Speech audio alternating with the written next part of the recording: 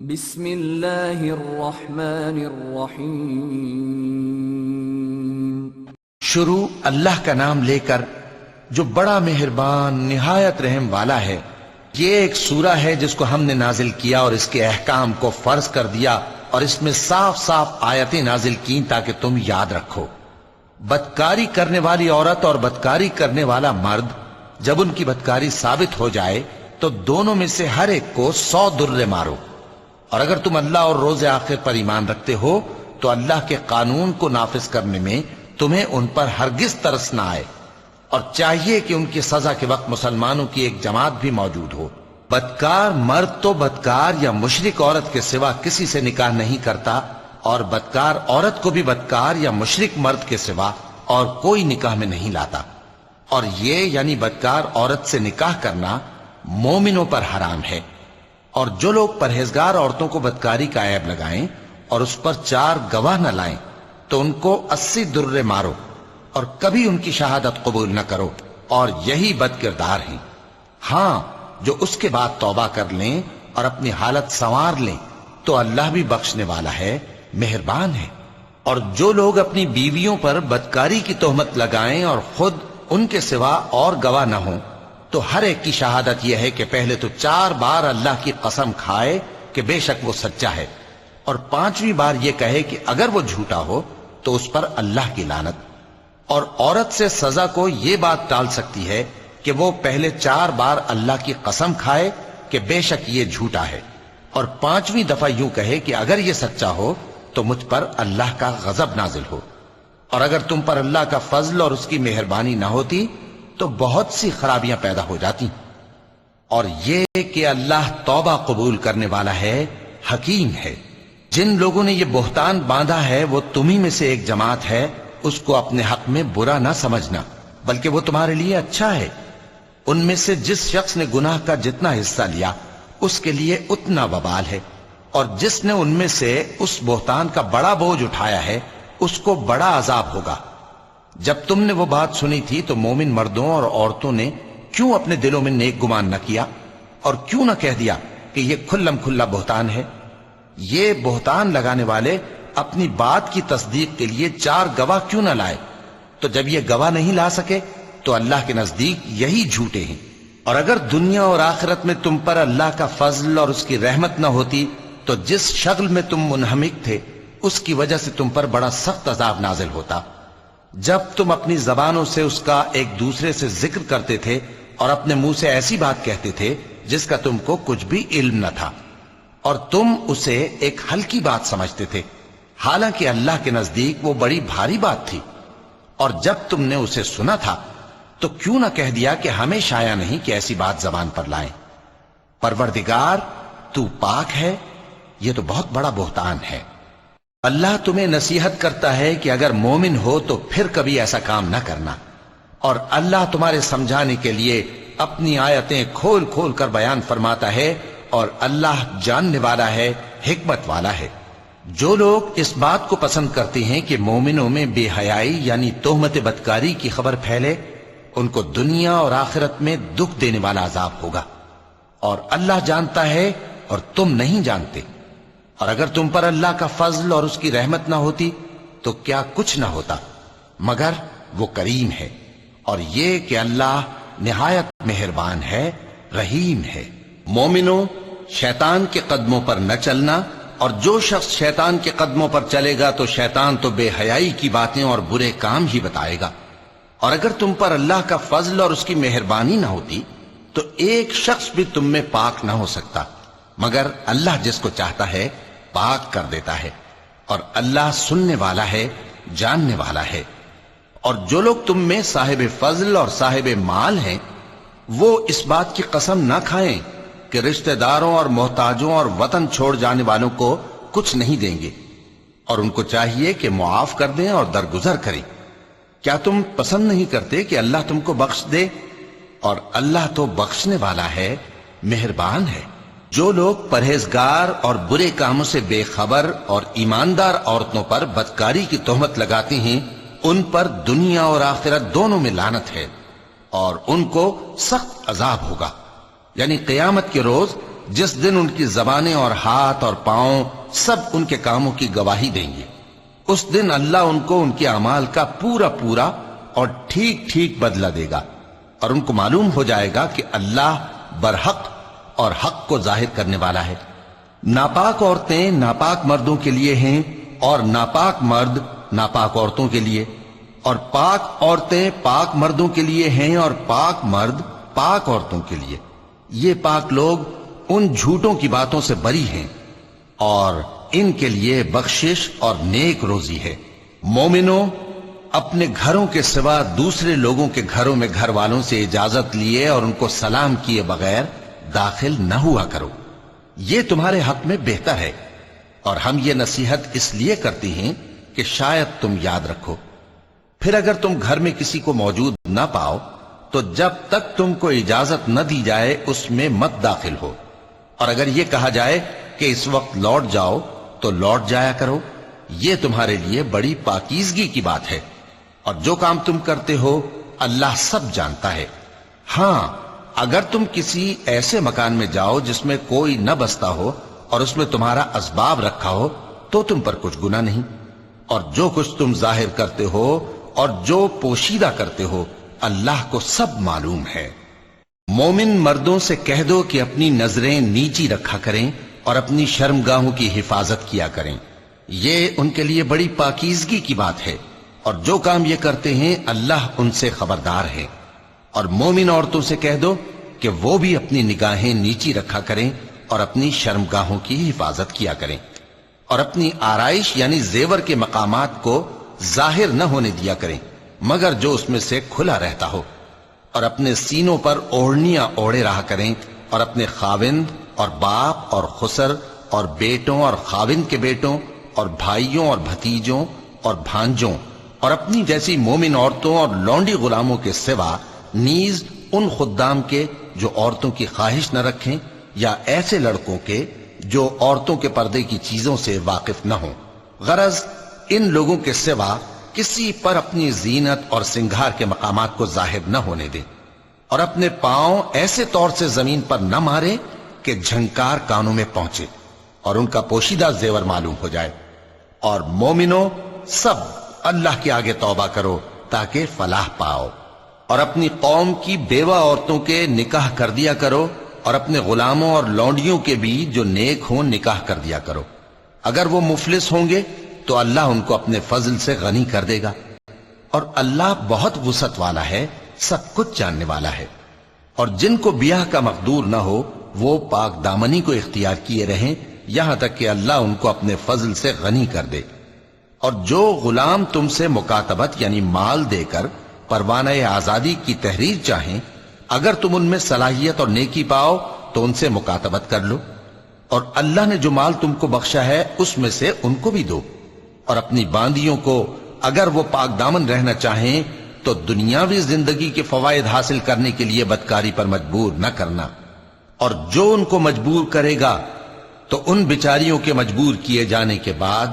اللہ بخشنے والا ہے، مہربان ہے۔ اور ہم نے تمہاری طرف روشن آیتیں نازل کی ہیں، اور جو لوگ تم سے پہلے گزر چکے ہیں ان کی خبریں اور پرہیزگاروں کے لیے نصیحت۔ اللہ آسمانوں اور زمین کا نور ہے، اس کے نور کی مثال ایسی ہے کہ گویا ایک طاق ہے جس میں ایک چراغ ہے، اور چراغ ایک قندیل میں ہے، اور قندیل ایسی صاف شفاف ہے کہ گویا موتی کا سا چمکتا ہوا تارا ہے۔ اس میں ایک مبارک درخت کا تیل جلایا جاتا ہے یعنی زیتون کا، کہ نہ مشرق کی طرف ہے نہ مغرب کی طرف۔ ایسا معلوم ہوتا ہے کہ اس کا تیل خواہ آگ اسے نہ بھی چھوئے جلنے کو تیار ہے۔ بڑی روشنی پر روشنی ہو رہی ہے۔ اللہ اپنے نور سے جس کو چاہتا ہے سیدھی راہ دکھاتا ہے، اور اللہ جو مثالیں بیان فرماتا ہے تو لوگوں کے سمجھانے کے لیے، اور اللہ ہر چیز سے واقف ہے۔ وہ قندیل ان گھروں میں ہے جن کے بارے میں اللہ نے ارشاد فرمایا ہے کہ بلند کیے جائیں اور وہاں اللہ کے نام کا ذکر کیا جائے، اور ان میں صبح و شام اس کی تسبیح کرتے ہیں۔ ایسے لوگ جن کو اللہ کے ذکر اور نماز پڑھنے اور زکوٰۃ دینے سے نہ سوداگری غافل کرتی ہے نہ خرید و فروخت، وہ اس دن سے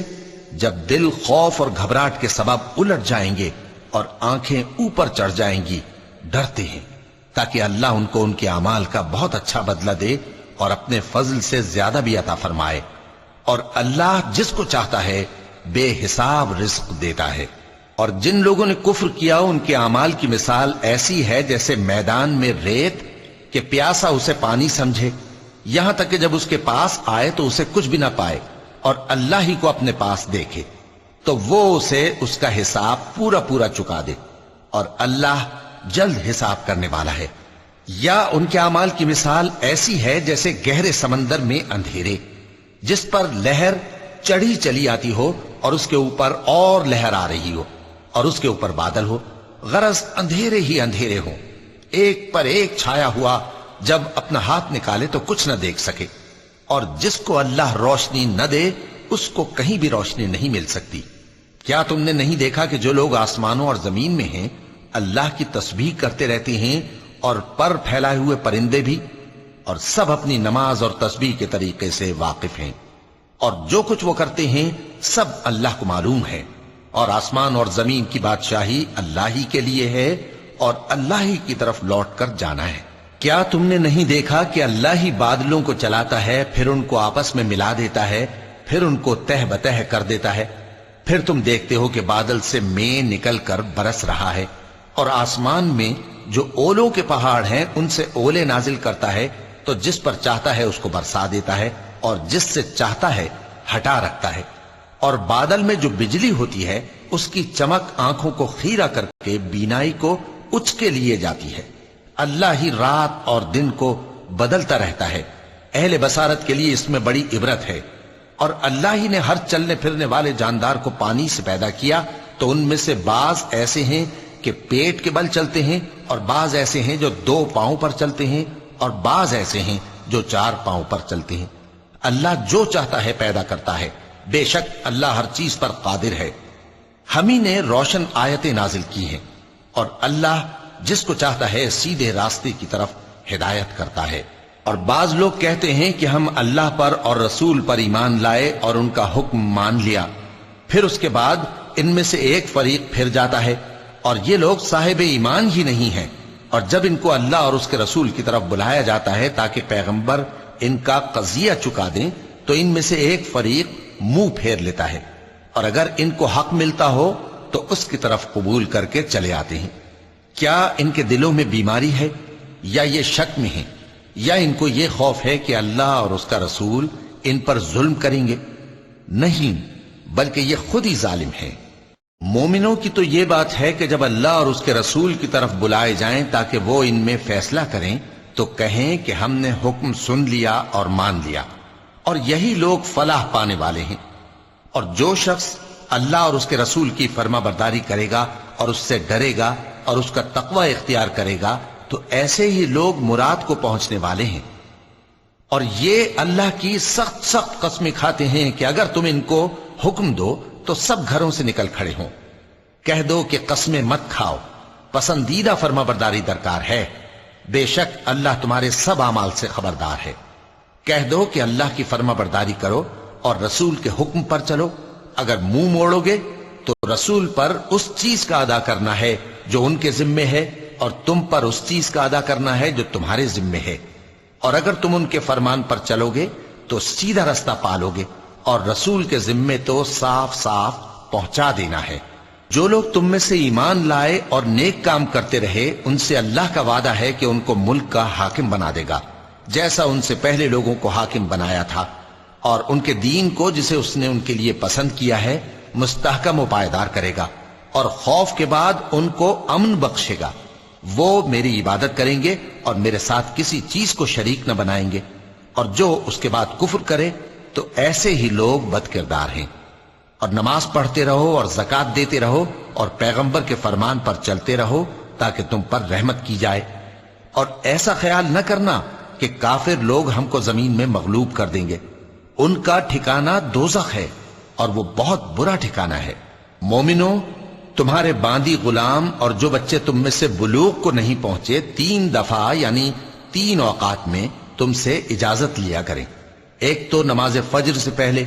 اور دوسرے گرمی کی دوپہر کو جب تم کپڑے اتار دیتے ہو، اور تیسرے عشاء کی نماز کے بعد۔ یہ 3 وقت تمہارے پردے کے ہیں، ان کے آگے پیچھے یعنی دوسرے وقتوں میں نہ تم پر کچھ گناہ ہے اور نہ ان پر، کہ کام کاج کے لیے ایک دوسرے کے پاس آتے رہتے ہو۔ اس طرح اللہ اپنی آیتیں کھول کھول کر بیان فرماتا ہے، اور اللہ بڑا علم والا ہے، بڑا حکمت والا ہے۔ اور جب تمہارے لڑکے بالغ ہو جائیں تو ان کو بھی اسی طرح اجازت لینی چاہیے جس طرح ان سے اگلے یعنی بڑے آدمی اجازت حاصل کرتے رہے ہیں۔ اس طرح اللہ تم سے اپنی آیتیں کھول کھول کر بیان فرماتا ہے، اور اللہ جاننے والا ہے، حکمت والا ہے۔ اور بڑی عمر کی عورتیں جن کو نکاح کی توقع نہیں رہی اور وہ زائد کپڑے اتار کر سر ننگا کر لیا کریں تو ان پر کچھ گناہ نہیں، بشرطے کہ اپنی زینت کی چیزیں نہ ظاہر کریں، اور اگر اس سے بھی بچیں تو یہ ان کے حق میں بہتر ہے، اور اللہ سنتا ہے، جانتا ہے۔ نہ تو اندھے پر کچھ گناہ ہے اور نہ لنگڑے پر اور نہ بیمار پر اور نہ خود تم پر کہ اپنے گھروں سے کھانا کھاؤ، یا اپنے باپ دادا کے گھروں سے، یا اپنی ماؤں کے گھروں سے، یا بھائیوں کے گھروں سے، یا اپنی بہنوں کے گھروں سے، یا اپنے چچاؤں کے گھروں سے، یا اپنی پھوپھیوں کے گھروں سے، یا اپنے ماموؤں کے گھروں سے، یا اپنی خالاؤں کے گھروں سے، یا اس گھر سے جس کی کنجیاں تمہارے ہاتھ میں ہوں، یا اپنے دوستوں کے گھروں سے۔ اور اس کا بھی تم پر کچھ گناہ نہیں کہ سب مل کر کھانا کھاؤ یا جدا جدا۔ پھر جب گھروں میں جایا کرو تو اپنے گھر والوں کو سلام کیا کرو، یہ اللہ کی طرف سے مبارک اور پاکیزہ تحفہ ہے۔ اس طرح اللہ اپنی آیتیں کھول کھول کر بیان فرماتا ہے تاکہ تم سمجھو۔ مومن تو وہ ہیں جو اللہ پر اور اس کے رسول پر ایمان لائے، اور جب کبھی ایسے کام کے لیے جو جمع ہو کر کرنے کا ہو پیغمبر کے پاس جمع ہوں تو ان سے اجازت لیے بغیر چلے نہیں جاتے۔ اے پیغمبر، جو لوگ تم سے اجازت حاصل کرتے ہیں وہی اللہ پر اور اس کے رسول پر ایمان رکھتے ہیں، سو جب یہ لوگ تم سے کسی کام کے لیے اجازت مانگا کریں تو ان میں سے جسے چاہا کرو اجازت دے دیا کرو، اور ان کے لیے اللہ سے بخشش مانگا کرو، کچھ شک نہیں کہ اللہ بخشنے والا ہے، مہربان ہے۔ مومنو، پیغمبر کے پکارنے کو ایسا خیال نہ کرنا جیسا تم آپس میں ایک دوسرے کو پکارتے ہو، بے شک اللہ کو وہ لوگ معلوم ہیں جو تم میں سے آنکھ بچا کر کھسک جاتے ہیں۔ تو جو لوگ ان کے حکم کی مخالفت کرتے ہیں ان کو ڈرنا چاہیے کہ ایسا نہ ہو کہ ان پر کوئی آفت پڑ جائے یا تکلیف دینے والا عذاب نازل ہو۔ دیکھو، جو کچھ آسمانوں اور زمین میں ہے سب اللہ ہی کا ہے، جس طریق پر تم ہو وہ اسے جانتا ہے، اور جس روز لوگ اس کی طرف لوٹائے جائیں گے تو جو عمل وہ کرتے رہے وہ ان کو بتا دے گا، اور اللہ ہر چیز سے واقف ہے۔ صدق اللہ العظیم۔